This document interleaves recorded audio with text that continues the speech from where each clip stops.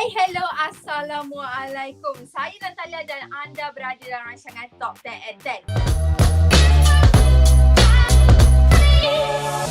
Macam biasa, saya akan kongsikan kepada anda 10 berita hiburan menarik dan agaknya siapa yang akan berada dalam carta kita minggu ini. Tanpa kita membuang masa lagi, jom kita lihat carta minggu ini. 10. Baru-baru ni, Menteri Kesihatan Khairy Jamaluddin merancang untuk memberi pengambilan vaksin terhadap kanak-kanak yang berumur 5 tahun hingga 12 tahun. Jadi ramai ibu bapa yang risau tentang hal ini, termasuklah Datin Elmi Nadia yang menyatakan bahawa dia minta bahawa kerajaan dapat mempertimbangkan balik hal ini. 9. Bukan seorang dua yang meluat dengan percintaan Datuk Seri Vida dan juga Iqbal Zulkifli. Terkini pengarah dan penerbit terkenal Michael Ang menegur Datuk Seri Vida supaya tidak hanyut bercinta dengan perkara yang tidak pasti menerusi siaran langsung milik Vida. 8. Dato' Aaron Aziz menerusi entry Instagramnya menjamah makanan di atas tong sampah. Sepatutnya dia dipercayai menjayakan sebuah program sidang media di stesen televisyen baru-baru ini. 7.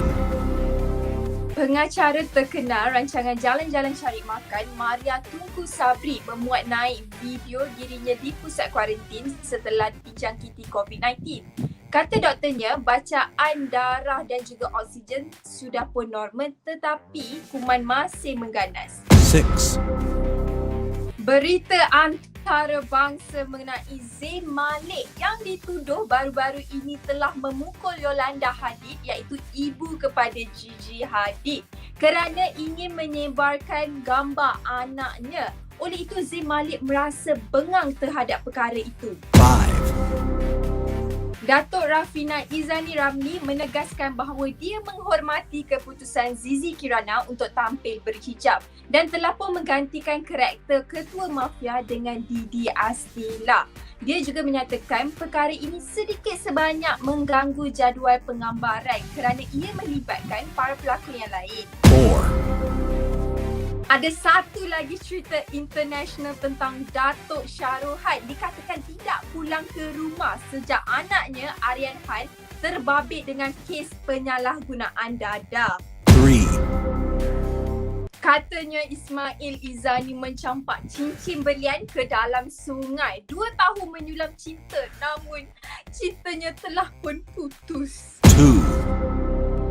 Sejak pertunangan bersama Hafiz Adam gagal, Zara Zia tidak pernah dikaitkan dengan mana-mana jejaka. Namun baru-baru ini terbit ura-ura di mana dia sedang bercinta dengan seorang duda muda. Tetapi Zara Zia menolak perkara ini dan mengatakan dia telah berkawan dengan beliau selama 8 tahun dan bukan bercinta. 1. Maknya sensasi Nur Sajat yang telah pun menetap di negara Australia menyatakan bahawa orang ramai tidak perlulah mempersoalkan agamanya kerana itu adalah hak privasi.